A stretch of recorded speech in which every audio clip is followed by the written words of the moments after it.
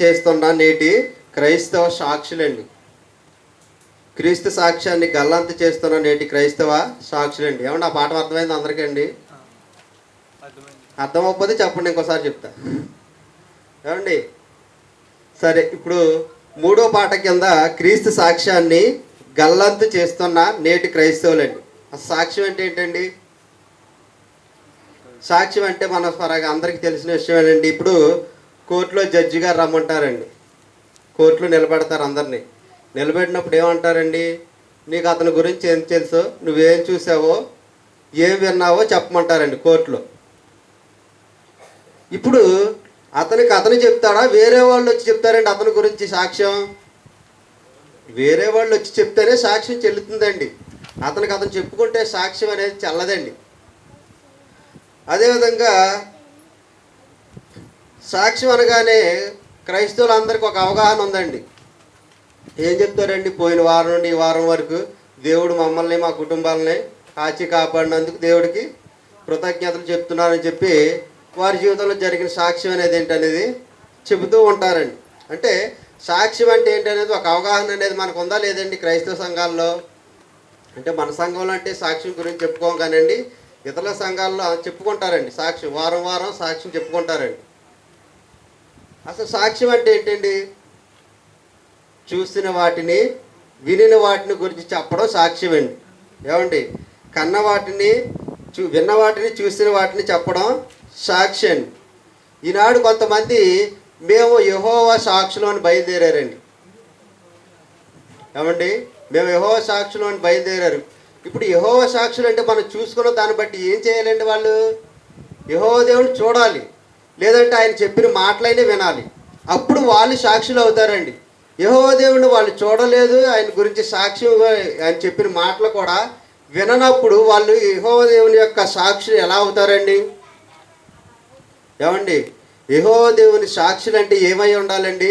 యెహోవా దేవుణ్ణి చూడాలి, రెండోది ఏం చేయాలండి? వినాలి, యెహోవా దేవుని మాటలే వినాలి. ఈ రెండు చేయనప్పుడు వాళ్ళు ఏమవుతారండి? సాక్షులు అవరండి. యేసు ప్రభులు వారు యెహోవా దేవుని గురించి ఒక ఇన్ఫర్మేషన్ ఇచ్చారండి.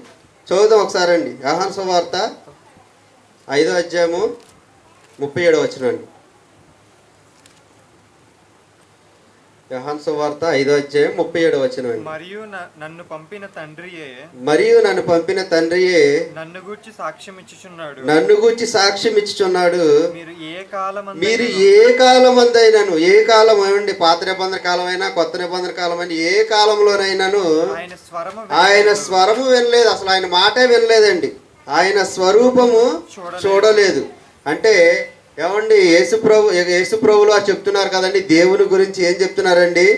ఆయన స్వరం వినలేదు, ఆయన మాట వినలేదంటే, ఆయన స్వరూపం చూడలేదంటే వీళ్ళు ఏమవుతారండి? ఇప్పుడు యెహోవా సాక్షులు అవ్వరండి. సాక్షులు అంటే ఎవరండి? చూసిన వాటిని చెప్పాలి, విన్న వాటిని చెప్పాలి. మరి అలాగని వీళ్ళు యెహోవా దేవుని చూశారంటే యేసుప్రభులు వారు ఏం చెప్తున్నారండి? ఏ కాలం మంది ఎవరు కూడా దేవుని యొక్క స్వరమును వినలేదు, స్వరూపాన్ని చూడలేదు అంటున్నారండి. మరి దీన్ని బట్టి చూసుకుంటే వీళ్ళు యెహోవా సాక్షులు అనవచ్చండి అంటే అనకూడదండి. ఎందుకంటే యెహోవా దేవుడిని ఎవరూ చూడలేదు కాబట్టి వీళ్ళు యెహోవా సాక్షుల కింద చెప్పకూడదండి. ఈ మధ్యకాలంలో అండి కొంతమంది యేసు సాక్షులను బయలుదేరారండి. యేసు సాక్షులండి. యేసు సాక్షులు అంటే ఎవరై ఉండాలండి? మొదటి శతాబ్ద కాలంలో ఉన్న వారందరూ యేసు సాక్షులండి. మొదటి శతాబ్ద కాలంలో ఉన్నవారు యేసు అంటే ఎవరైతే యేసు ప్రభుల వారిని చూశారో వాళ్ళు సాక్షులు, యేసు సాక్షులు అవుతారండి. యేసు ప్రభుల వారి మాటలను ఎవరైతే విన్నారో వాళ్ళు యేసు ప్రభు యొక్క సాక్షులు అనేది అవుతారండి. మరి వాళ్ళు ఈరోజు కాలంలో ఉన్నారంటే ఈ కాలంలో లేరండి. వాళ్ళు ఎక్కడున్నారండి? మొదటి శతాబ్ద కాలంలో ఉన్నారు కాబట్టి వాళ్ళు యేసు సాక్షులు అనేది అవుతారండి. మరి ఇప్పుడు ఉన్నవారు మరి యేసు సాక్షులు అవుతారండి? అవరండి. ఎందుకంటే యేసు ప్రభుల వారిని చూడలేదు, యేసు ప్రభుల వారి మాటలు మనం వినలేదు కాబట్టి ఇప్పుడు ఉన్నవారు ఏమవరండి? యేసు సాక్షులు అనేది అవరండి. ఒక సందర్భంలో యోధ తప్పిపోతాడండి. యోధ తప్పిపోయిన తర్వాత యేసు ప్రభుల వారి గురించి తెలిసిన మత్తయిని ఎన్నుకుంటారు కానీ మిగిలిన వారిని ఎవరిని ఎన్నుకోరండి. ఏమండి? యేసు ప్రభుల వారి యొక్క సాక్షులుగా ఉండాలంటే యేసుప్రభుల వారి గురించి తెలిసిన వారై ఉండాలి. అంటే వాళ్ళు ఎవరంటే అపోస్తలులు మాత్రమే యేసుప్రభుల వారి యొక్క సాక్షులుగా మనం చెప్పవచ్చండి. అయితే ఆదికాండ అపోస్తల కార్యాలండి 1వ అధ్యాయము. శిష్యులు కూడా యేసుప్రభుల వారి గురించి ఎటువంటి సాక్ష్యాన్ని ఇచ్చారో చూద్దామండి. అపోస్తల కార్యములు 1వ అధ్యాయం అండి 8వ వచనమండి. అయినను పరిశుద్ధాత్మ మీ మీదకు వచ్చినప్పుడు మీరు శక్తి నొందెదరు కనుక మీరు యెరూషలేములోను యోదయ సమరయ దేశములు ఎందంతటను బూదిగంతముల వరకును నాకు సాక్షులై ఉందురని వారితో చెప్పెను. ఎవరికి సాక్షులై ఉంటారని చెప్పారండి? యేసు ప్రభులు వారికి సాక్షులై ఉంటారని ఇక్కడ చెప్పడం జరిగింది. ఎవరండి వీరు? యేసు ప్రభుల వారికి సాక్షులుగా ఉన్నది ఎవరండి?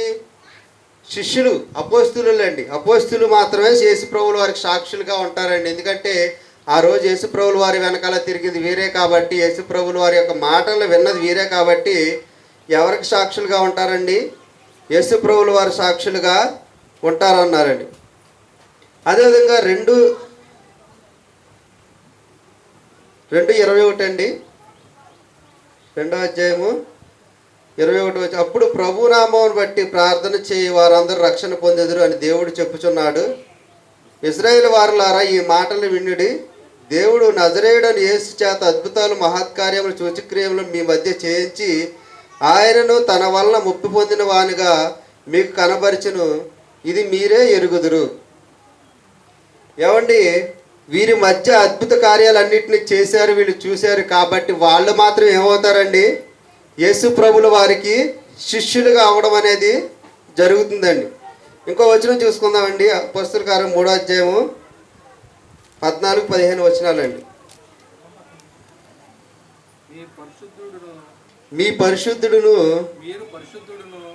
మీరు పరిశుద్ధుడు నీతిమంతుడునైన వానిని నిరాకరించి నరహంతకుడైన మనుష్యుని మీకు అనుగ్రహింపమని అడిగితిరి. మీరు జీవాధిపతిని చంపితిరి కానీ దేవుడు ఆయనను మృతుల నుండి లేపెను, అందుకు మేము సాక్షులు. యేసుప్రభుల వారి శిష్యులు ఏం చెప్తున్నారండి? ఏమని చెప్తున్నారండి ఇక్కడ?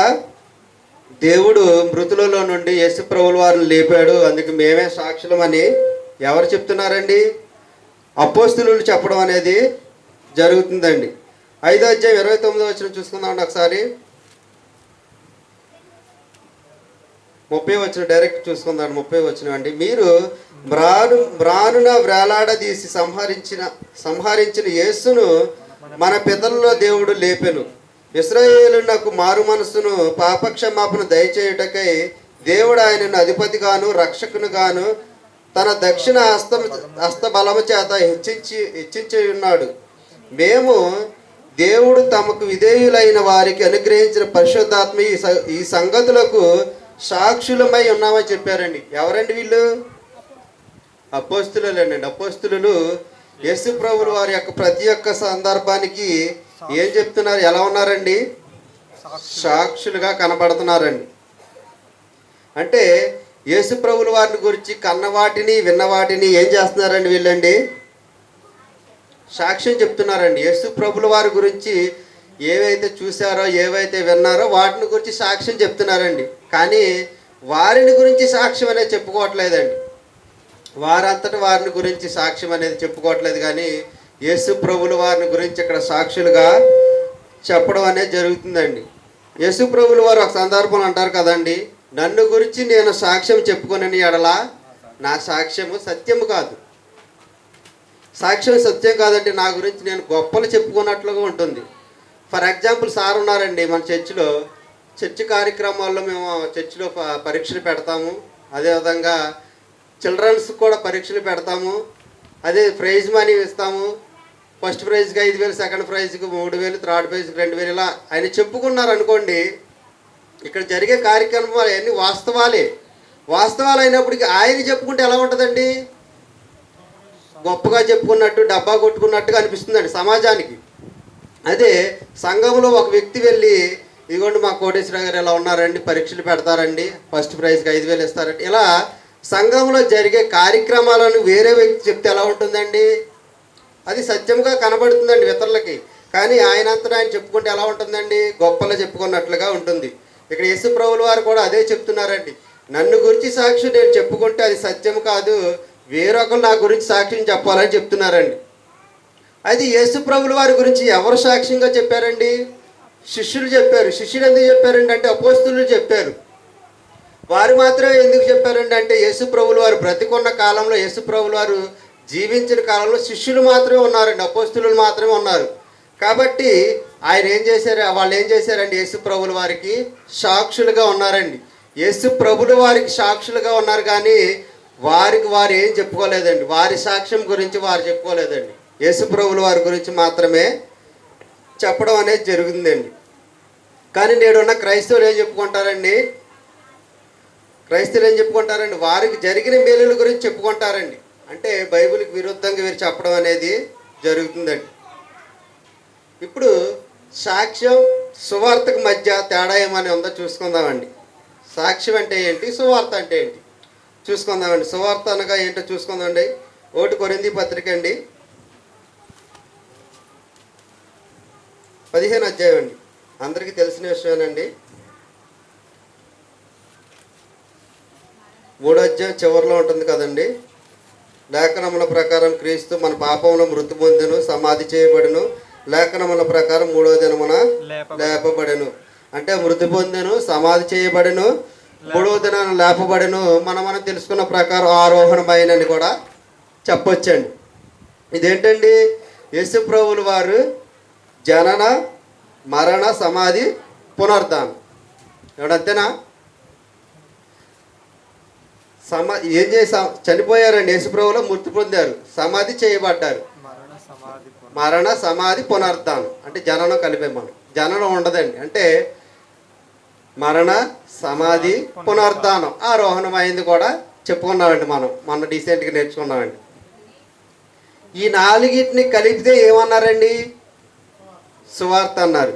అదేవిధంగా 13వ వచనం ఒకసారి చూసుకుందామండి. సాక్ష్యం అంటే ఏంటో చూసుకుందామండి. మృతుల పునరుద్ధానం లేని ఎడల క్రీస్తు కూడా లేపబడి ఉండలేదు, మరియు క్రీస్తు లేపబడి ఉండని ఎడల మేము చేయి ప్రకటన వ్యర్థమే, మీ విశ్వాసము వ్యర్థమే. దేవుడు క్రీస్తుని లేపినని ఆయన గురించి మేమే సాక్ష్యము చెప్పుచున్నాము కదా. మృతులు లేపబడని ఎడల దేవుడు ఆయనను లేపలేదు కనుక మేమును దేవుని విషయమై అబద్ధ సాక్ష్యముగా అగబడుచున్నాము. మృతులు లేపబడని ఎడల క్రీస్తు కూడా లేపబడలేదు. అంటే ఇక్కడ వీళ్ళు కూడా ఏం చెప్తున్నారండి? యేసు ప్రభువుల వారి సిలువలో నుండి చనిపోయిన తర్వాత తిరిగి లేపబడ్డారని చెప్తున్నారండి. అంటే వీళ్ళు కూడా ఏం చెప్తున్నారండి? యేసు ప్రభువుల వారి యొక్క మరణం, సమాధి, తిరిగి పునరుద్ధానం, ఆరోహణం అవడం గురించి కూడా చెప్తున్నారండి. అంటే ఈ రెండు యొక్క ఏంటండి? సాక్ష్యానికి సువార్త యొక్క అర్థం ఏంటంటే రెండు ఒకటేనండి. ఏమండి? ఈ రెండిట్లో ఏం చెప్పబడి ఉందండి? క్రీస్తు గురించి, క్రీస్తు యొక్క మరణం, సమాధి, పునరుద్ధానం, ఆరోహణం అవడం, ఈ 4 విషయాల గురించి చెప్పబడిందండి. అపోస్తలులు యేసు ప్రభువుల వారికి సాక్షులుగా ఉన్నారు, కరెక్టేనండి. ఇప్పుడు మరి మనం ఎవరమంటే విశ్వాసులు అండి, అంతే కదా. క్రీస్తుని విశ్వసించాం మనం. అంటే వాళ్ళు సాక్షులు ఎందుకన్నా అయ్యారండి అంటే వాళ్ళు చూశారండి, యేసు ప్రభువుల వారు చూశారు, యేసు ప్రభువుల వారు ఏ మాటలు అయితే చెప్పారో ఆ మాటలు విన్నారు, చూశారు, విన్నారు కాబట్టి వాళ్ళు సాక్షులు అయ్యారండి. మరి మనం యేసు ప్రభువుల వారిని చూసామండి అంటే చూడలేదు. మరి యేసు ప్రభువుల వారి మాట విన్నామంటే వినలేదండి. అప్పుడు మనం సాక్షులు అవ్వండి. మరి ఎవరు అవుతామంటే విశ్వాసులు అవుతామండి. ఎందుకంటే యేసు ప్రభువుల వారిని మనం చూడకుండా ఏం చేసామండి? విశ్వసించాము కాబట్టి మనం ఏమవుతామండి? విశ్వాసులు అవుతామండి. మనం సాక్షులు అవ్వండి. అపోస్తలులు మాత్రమే సాక్షులు అవుతారండి. మనం ఎవరు అవుతామంటే విశ్వాసులు అవుతామండి.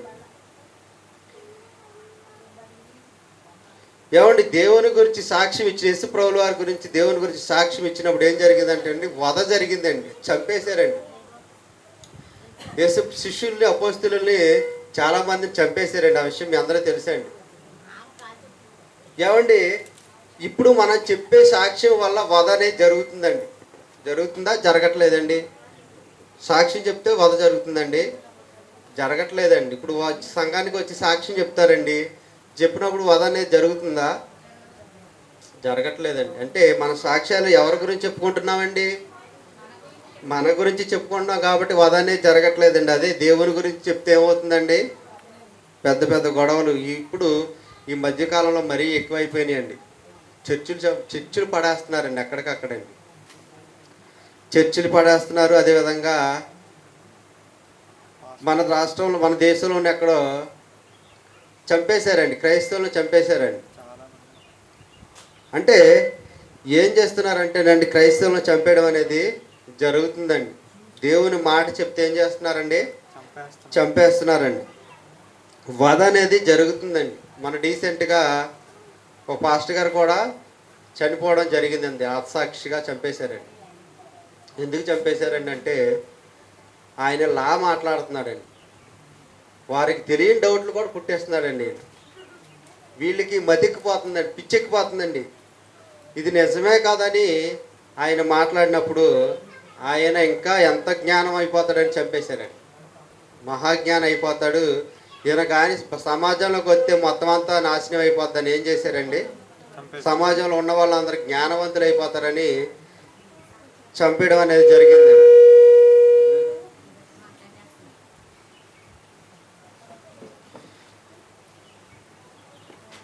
ఏమండి, ఇప్పుడుతో ఈ పాఠం అయిందండి. ఇప్పుడు మనం సాక్ష్యం చెప్పిన ఎవరి గురించి చెప్పాలండి? ఎవరి గురించి చెప్పాలండి? క్రీస్తు గురించే చెప్పాలి. మన గురించి మన సాక్ష్యం అనేది చెప్పకూడదు. యెహోవా సాక్షులు ఉన్నారండి అంటే లేరు. ఎందుకంటే యెహోవా దేవుడిని ఎవరో చూడలేదు, ఆయన మాట కూడా వినలేదు కాబట్టి యెహోవా సాక్షులు లేరు. మరి యేసు సాక్షులు ఉన్నారంటే ఒకప్పుడు ఉండేవారు యేసు సాక్షులు, అపోస్తలులు వాళ్ళు. కానీ వాళ్ళు ఇప్పుడు లేరు కాబట్టి యేసు సాక్షులు అనేవారు ఇప్పుడు లేరు.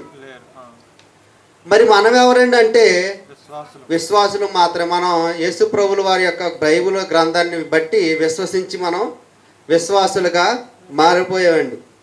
అయితే మనం చెప్పిన ఎవరిని గురించి సాక్ష్యం చెప్పాలంటేనండి, మనల గురించి మనం సాక్ష్యం చెప్పుకోకూడదండి. ఎవరిని గురించి చెప్పుకోవాలండి?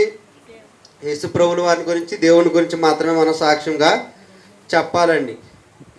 మరి సాక్ష్యానికి సువార్తకు మధ్య తేడా ఏంటండి? తేడా ఏమీ లేదండి, రెండు ఒకటేనండి. సమాధి, మరణం, సమాధి, పునరుద్ధానం, ఆరోహణం అవడం. అది సువార్త అన్న అంతే, సాక్ష్యం అన్నా కూడా అదే మీనింగ్ వస్తుంది. కాబట్టి ఈ రెండింటి మధ్య తేడా ఏమనేది ఉండదండి. మరి ప్రశ్న ఒకటి ఇచ్చారండి అక్కడ, క్రీస్తు సాక్ష్యం ఎలా గల్లంత అయింది, ఎవరు గల్లంత చేశారు?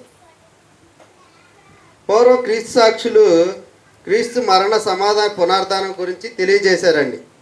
ఎవరండి? క్రీస్తు సాక్షులు అనేవారు క్రీస్తు మరణ, సమాధి, పునరుద్ధానం గురించి తెలియజేశారు. కానీ నేడు క్రైస్తవులు ఏం చేస్తున్నారండి? వారికి జరిగిన మేలుల గురించి చెప్పుకుంటున్నారు.